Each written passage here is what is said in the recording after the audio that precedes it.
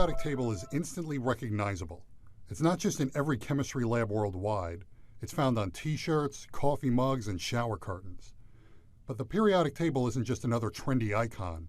It's a massive slab of human genius, up there with the Taj Mahal, the Mona Lisa, and the ice cream sandwich. And the table's creator, Dmitri Mendeleev, is a bona fide science hall of famer. But why? What's so great about him and his table? Is it because he made a comprehensive list of the known elements? Nah, you don't earn a spot in science Valhalla just for making a list. Besides, Mendeleev was far from the first person to do that. Is it because Mendeleev arranged elements with similar properties together? Not really. That had already been done too. So what was Mendeleev's genius? Let's look at one of the first versions of the periodic table from around 1870.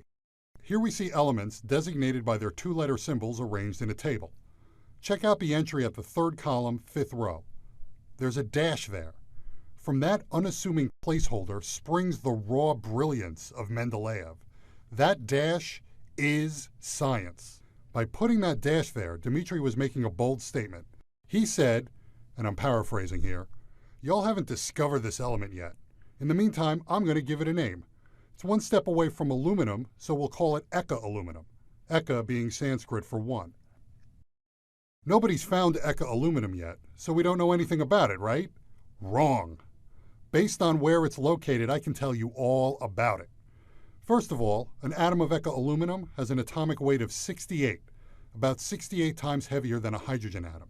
When Eka aluminum is isolated, you'll see it's a solid metal at room temperature.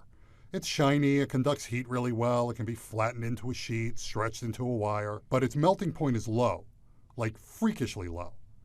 Oh, and a cubic centimeter of it will weigh 6 grams.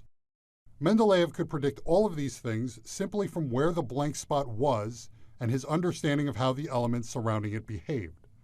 A few years after this prediction, a French guy named Paul-Émile Lecoq de Bois-Baudran discovered a new element in ore samples and named it gallium after Gaul, the historical name for France. Gallium is one step away from aluminum on the periodic table. It's Eka aluminum. So were Mendeleev's predictions right? Gallium's atomic weight is 69.72.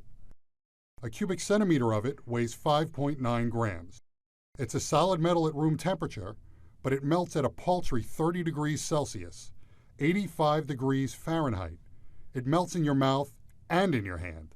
Not only did Mendeleev completely nail gallium, he predicted other elements that were unknown at the time: scandium, germanium, rhenium.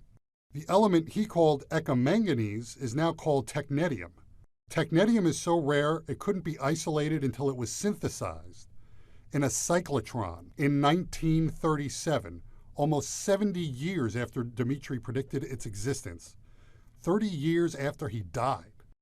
Dmitri died without a Nobel Prize in 1907, but he wound up receiving a much more exclusive honor.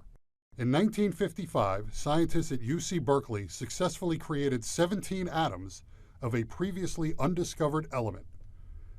This element filled an empty spot in the periodic table at number 101 and was officially named mendelevium in 1963. There have been well over 800 Nobel Prize winners, but only 15 scientists have an element named after them. So the next time you stare at a periodic table, whether it's on the wall of a university classroom or on a $5 coffee mug, Dmitri Mendeleev, the architect of the periodic table, will be staring back.